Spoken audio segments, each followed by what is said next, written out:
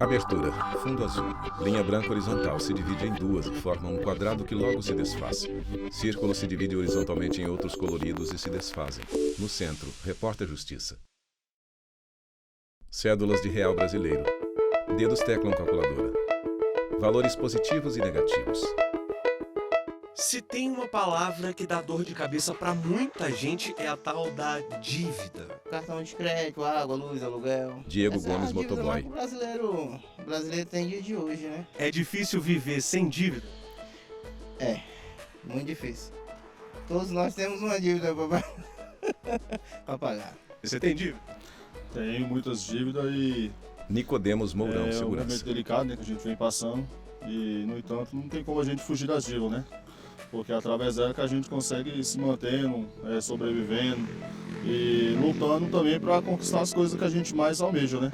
E quando as dívidas saem do controle, bate o desespero. Aí tem gente que prefere fazer empréstimo pra tentar quitar o que deve. A gente costuma usar sempre o Marcos crédito, Antônio né? Silva E Motoboy. aí vai acumulando e quando vê tá aquela montanha. Ter dívida, ter dor de cabeça? Tem bastante, né? Dor de cabeça, financiamento.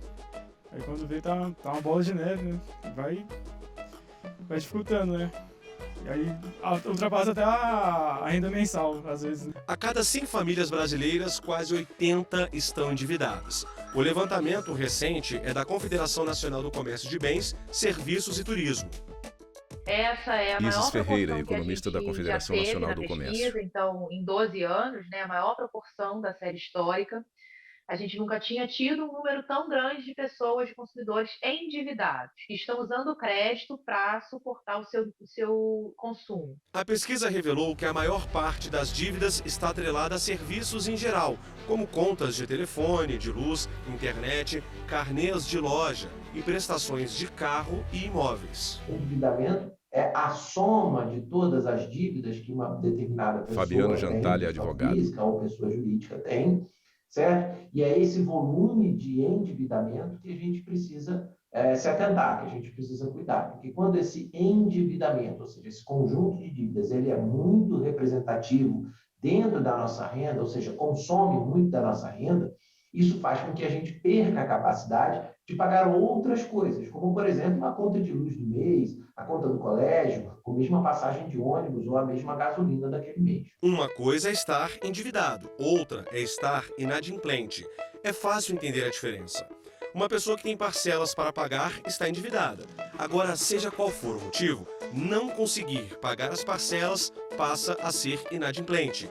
O número de brasileiros nessa situação vem aumentando a cada ano. Muitas vezes as pessoas estão endividadas, mas elas não estão inadimplentes, ou seja, elas estão endividadas usando crédito, mas elas estão pagando por esse crédito em dia. Então, quando chega a data do vencimento, seja da fatura do cartão de crédito, seja de um carnê de loja, o consumidor vai lá e paga. Nem sempre estar endividado significa estar inadimplente. É bom a gente frisar isso. Em 2021, por exemplo, no segundo semestre, quase 30% das famílias no país estavam nessa situação. Essa dificuldade tem muito a ver com uma inflação mais alta, que dificultou, né, a gestão do orçamento doméstico, tirou o espaço desse orçamento, né? A gente está falando de uma inflação que cresceu muito rápido, num curto espaço de tempo, uma inflação que veio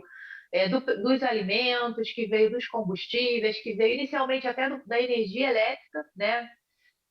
Então, essa inflação mais alta, acompanhada de um juros que também cresceu justamente para fazer frente a essa inflação maior, dificultou o consumo das famílias, e essas famílias precisaram recorrer ao crédito para suportar esse consumo, para sustentar esse consumo. Contas a vencer. Cheque especial, cartão de crédito. Repórter Leonardo empréstimo Ferreira, pessoal, Brasília crédito DF. consignado, prestação de carro, de casa. Não tem jeito. As dívidas atingem todas as classes sociais e econômicas, mas a inadimplência é maior entre as pessoas de baixa renda. São aquelas que mais sofrem com a inflação alta, que mais sofrem, né, com a dificuldade de recomposição dos salários. A gente tem visto uma melhora no mercado de trabalho formal, mais pessoas, né, sendo contratadas com carteira assinada, Esse é um aspecto positivo. Enquanto famílias buscam alternativas de crédito com juros mais baixos, tem gente que não tem essa preocupação e consegue fechar o mês com um orçamento equilibrado. Nunca teve dívida na tua vida? Não, compras normais, financiei um Patrícia carro, Ramos, mas professora. estou dentro aqui das possibilidades que eu possa pagar, não para ficar endividada. Qual o segredo? Gestão das suas finanças, simples assim, você não pode gastar mais do que você ganha. É uma regrinha básica essa. Básica, e que funciona. Por que será que o brasileiro tem tanta dificuldade, então, de fazer isso? Olha, eu acho que tem que começar lá da base, né? Essa educação financeira, né? Essa é a palavra-chave, educação financeira. É aprender a lidar com o dinheiro, ter gestão, uma poupança ou um investimento, ter uma reserva, estar preparado para uma crise ou imprevisto e, claro, deixar as contas em dia. A primeira e mais importante dica que eu tenho a dar para uma pessoa endividada ou super endividada eu até recorro a uma metáfora do buraco. Se você cai dentro de um buraco, a melhor coisa que você pode fazer é parar de cavar, né, para não aumentar esse buraco. Então, a primeira coisa que a pessoa precisa fazer, antes de discutir, inclusive, valores de dívida, a primeira coisa que a pessoa precisa ter é pegar uma folha de papel, uma caneta, uma calculadora e verificar o seguinte: quanto eu ganho e quanto eu gasto. Ela precisa reestruturar toda a sua forma, toda a sua relação com o dinheiro. Então, quanto eu ganho e quanto eu gasto. Desde o dinheiro do pão, desde o dinheiro da passagem, até os valores de consumo. O advogado explica ainda que o direito do consumidor estabelece que uma pessoa inadimplente não seja exposta ao ridículo e que não haja uma cobrança excessiva. Muitas vezes o excesso de ligação não é em si só um problema, porque de fato há uma dívida e a instituição financeira ou mesmo creditícia está ali buscando receber o que lhe é devido. Muitas vezes até são campanhas de cobranças ou campanhas de renegociação que são feitas.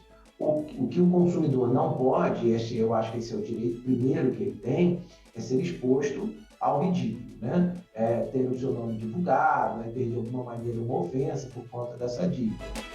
Mulher faz contas em calculadora.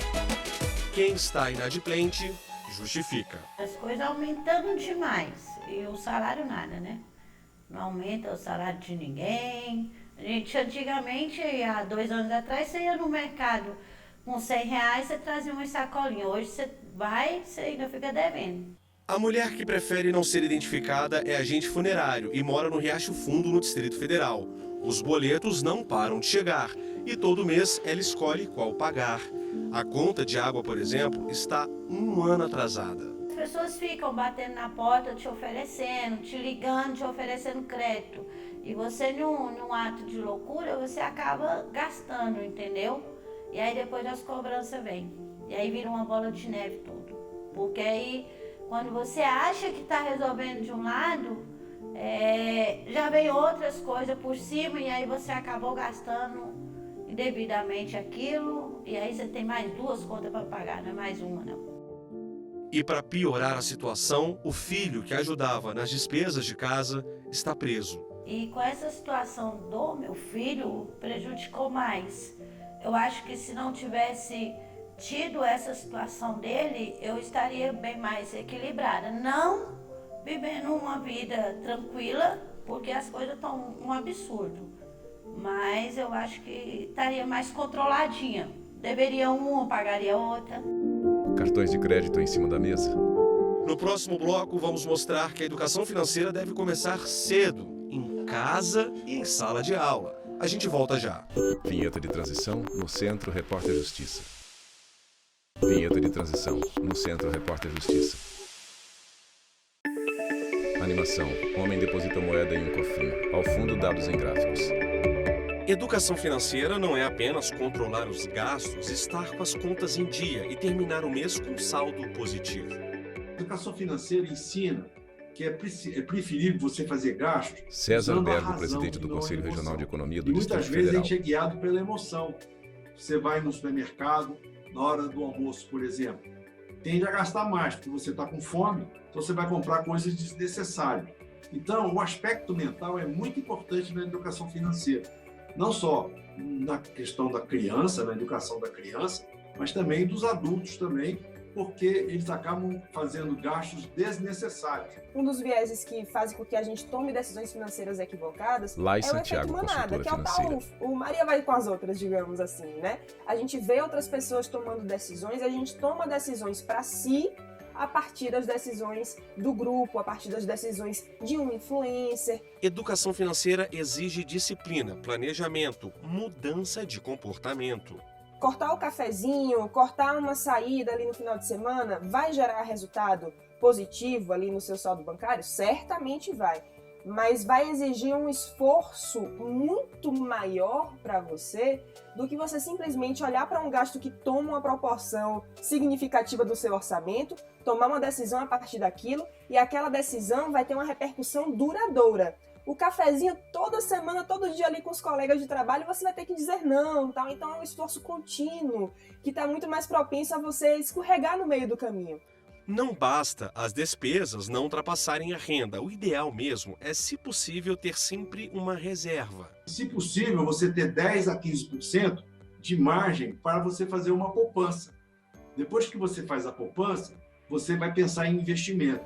Então, poupar é guardar aquilo que sobra na sua renda. E investir é escolher o melhor custo de oportunidade do investimento. Muitos brasileiros estão endividados ou inadimplentes porque não tiveram acesso à educação financeira quando eram crianças.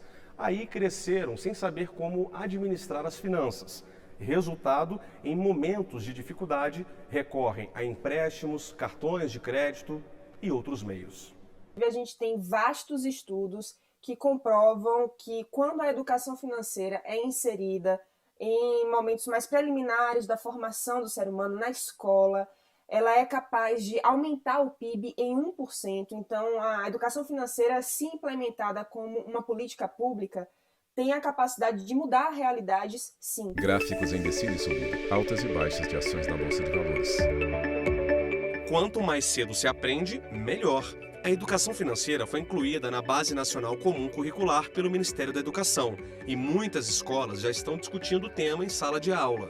Visitamos esse colégio em Brasília. São mais de 500 crianças que aprendem habilidades e competências relacionadas ao bom uso do dinheiro. A metodologia traz essa proposta das crianças pensarem. Márcia Nogueira, diretora da escola. Como é que é fazer uma gestão financeira? Ah, você está falando de criança, Márcia. Sim, criança também faz, colabora. Vamos pegar luz, água, né? Os bens. Toda criança adora pedir coisas. Uma coisa muito importante é saber o que é necessidade e o que é desejo. Então, essas duas temáticas são importantes para poder você conversar com a criança. Crianças e professores sentados em círculo.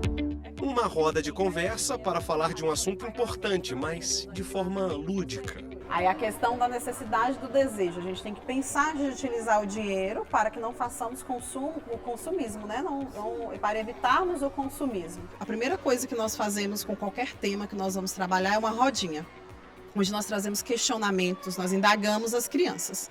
Dessa forma acontece também Tatiane com a educação Nascimento, financeira, como se fosse um desafio para eles buscarem as respostas, para a gente não dar as respostas prontas. E a gente faz um debate em sala.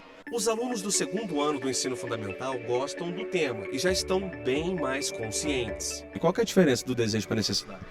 Desejo é o que Maria você Luísa quer, Gramacho, mas você estudante. pode viver sem ele. E necessidade é o que você precisa e você não consegue viver sem. Qual que é a importância da gente ter todo um cuidado com esse dinheiro? A gente precisa economizar, sabe? Porque Heitor Maia, estudante. às vezes a gente pode ficar sem dinheiro e sem comprar comida e acabar morrendo. Dinâmica de finanças infantil com cartões de crédito de brincadeira. A educação financeira infantil não é exatamente uma disciplina, mas pode ser inserida nas aulas de matemática, português, história, geografia e por aí vai. Essa construção desde pequenininho traz uma consciência sustentável com relação ao que eu posso, o que eu não posso, o que eu posso planejar, me organizar, que eu tenho que guardar um pouquinho todo dia, né, todo mês, né, vamos pensar assim, do que eu gasto.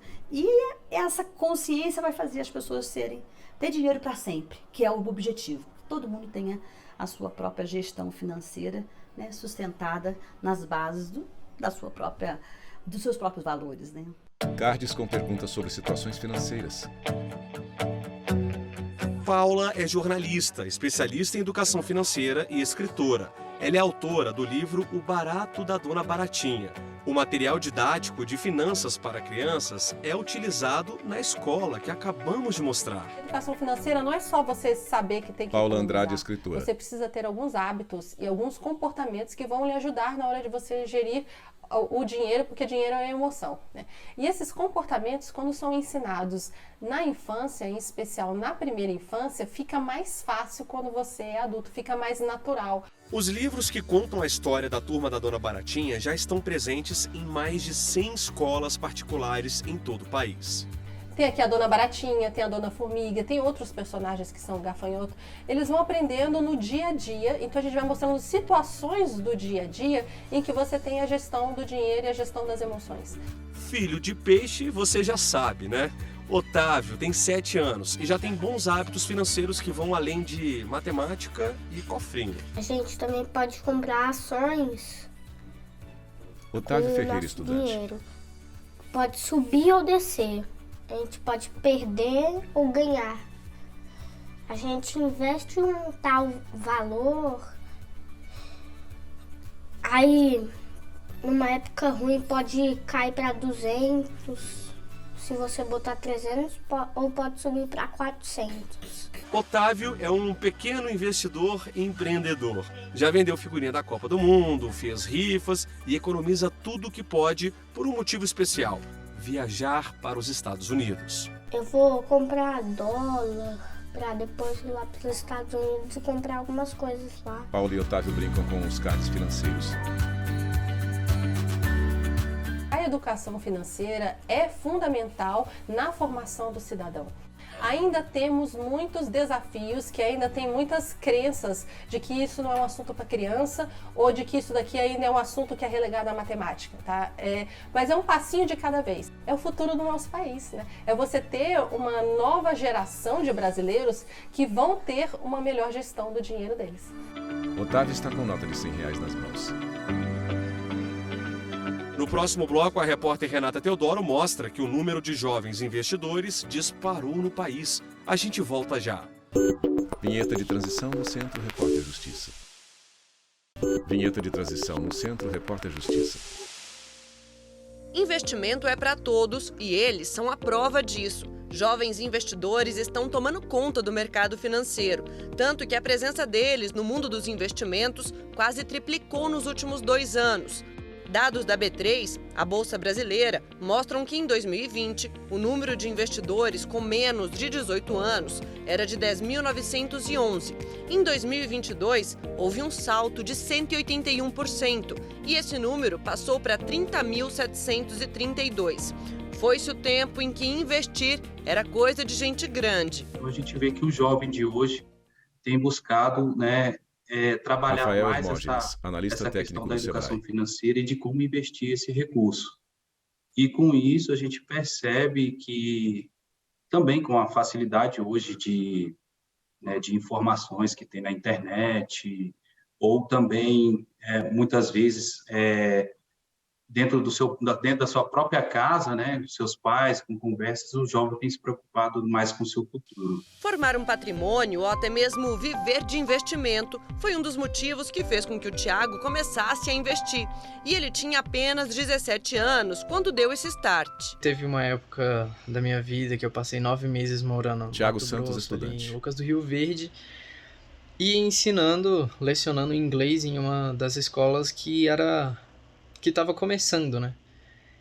Então eu comecei a entender também o outro lado, que é trabalhar, ter o dinheiro, investir o seu próprio dinheiro naquilo e fazer aquele dinheiro render, não deixando ele parado, né? Hoje estuda a fundo o mercado para se tornar no futuro consultor financeiro. Depois de um tempo eu comecei a entender que não é só um investimento, 2 ou 3, é uma diversidade que você tem que manter.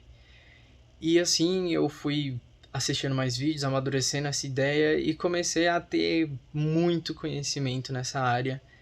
Então surgiu a ideia na minha cabeça de fazer simplesmente uma consultoria sobre investimentos. E o meu objetivo com isso é tanto ajudar outras pessoas como me ajudar a aprender mais do que ensinar. Altas e quedas da bolsa representadas com números e gráficos. Eu vim conhecer na prática o trabalho de um assessor de investimento. Pedro só fez disso uma profissão porque passou por maus bocados tentando investir e não teve o resultado esperado. Quando começou, tinha pouca grana e nem toda corretora se empenhava tanto em ajudar. Foi aí que ele quis fazer diferente. A gente tem que desmistificar que investimentos não é só para ricos. Claro que os ricos vão investir também, mas eles começaram de baixo. Pedro Vasco, assessor de investimento. A não ser que alguma pessoa recebeu de herança, eles também começaram de baixo e foram comprando 1 ou 2 ações. E o que muda, né, a cabeça é que sim, a educação financeira. Por isso que eu falo que a gente precisa ter educação financeira nas escolas. Por quê? A mágica dos juros compostos e dos aportes recorrentes, né? Que é o aporte? Todos os meses eu vou guardar dinheiro para poder investir e os juros compostos rendendo sobre esse dinheiro que eu estou guardando, no final de um período ele vai ser uma mágica que a gente nunca imaginou que poderia acontecer. E para entender de verdade toda essa mágica, foram anos de estudo, dedicação, leitura e interpretação de gráficos. Os anos de experiência trouxeram uma só certeza para ele: qualquer pessoa pode e deve investir. Às vezes eu tenho R$100, mas eu não quero investir porque só são R$100. É isso que a gente precisa quebrar dentro da população brasileira, que não, são R$100 hoje, mas amanhã pode ser 1.000, amanhã pode ser 10.000, né? O que precisa fazer é você iniciar nos investimentos. O mundo dos investimentos não foi uma herança de família, muito pelo contrário. Repórter Renata Educação Teodoro, financeira DF. não fez parte da vida do Pedro. Os pais costumavam guardar dinheiro em poupança ou até mesmo em espécie dentro de casa. Acontece que aos 22 anos ele fez uma reflexão de vida e decidiu dar um outro rumo ao dinheiro que ganhava. Eu vim de 2 extremos. Minha mãe sempre gostou um pouco mais de gastar e meu pai sempre foi aquele cara murrinha. Não gastava com nada e sempre o mais barato era o melhor para ele. Então eu peguei esses 2 extremos e eu puxei um lado bom e um lado ruim de outro, né? Então comecei a gastar muito, mas eu também queria guardar muito dinheiro. Não tive essa educação financeira dentro de casa e quando eu comecei, né, a juntar dinheiro, eu lembro que eu juntava dinheiro em espécie ainda, eu colocava debaixo do colchão porque eu tinha essa educação do meu pai. Né? E depois que eu fui perceber que a gente estava fazendo isso de forma errada, é até um ponto que eu falo que eu acho que a gente precisava ter educação financeira nas escolas, porque a gente acha que isso somente é para ricos. Mas não, você deixar seu dinheiro debaixo de um colchão ou deixar o dinheiro na poupança, você vai estar perdendo para a inflação. O seu poder de compra do dinheiro está desvalorizando dia após dia. Foi a famosa lição de casa que mudou o rumo da vida dele. Pedro trabalha com computador em seu escritório. Para o César, que é economista, educação financeira na infância é fundamental. Mas, na falta dela, o importante para a vida adulta é o aspecto mental. Pensar no dinheiro com razão e não com emoção. É importante, sim, um planejamento, César Burgo, uma economista. disciplina. O importante não é quanto que você gasta, né? O importante é colocar os gastos dentro do seu orçamento. Ações na Bolsa de Valores. Gráfico em linha com subidas e descidas. E assim a gente termina o Repórter Justiça desta semana. E você, já segue nosso perfil no Instagram? É o TV Justiça Oficial. No YouTube, o canal é o mesmo. Se quiser entrar em contato com nossa produção, o e-mail é o reporterjustiça@stf.jus.br. Até a próxima! Créditos finais, produção Thalita Oliveira e Marcos Santos. Reportagem Leonardo Ferreira e Renata Teodoro. Edição de texto Leonardo Ferreira. Cabelo e maquiagem Eliana Brandão. Cinegrafia Jeff Martins, Lázaro Filho e Luiz Guilherme. Assistência técnica Kleber Leite e Paulo Paz. Edição de pós-produção Thiago Lopes. Videografismo Lucas Matias. Núcleo de programação Rosa Oazen. Núcleo técnico Fábio Guedes. Núcleo de produção de programas Flávia Soledade. Supervisão Coordenadoria de Gestão da TV e Rádio Justiça, Secretaria de Comunicação Social, STF. Realização TV Justiça Essencial 2020.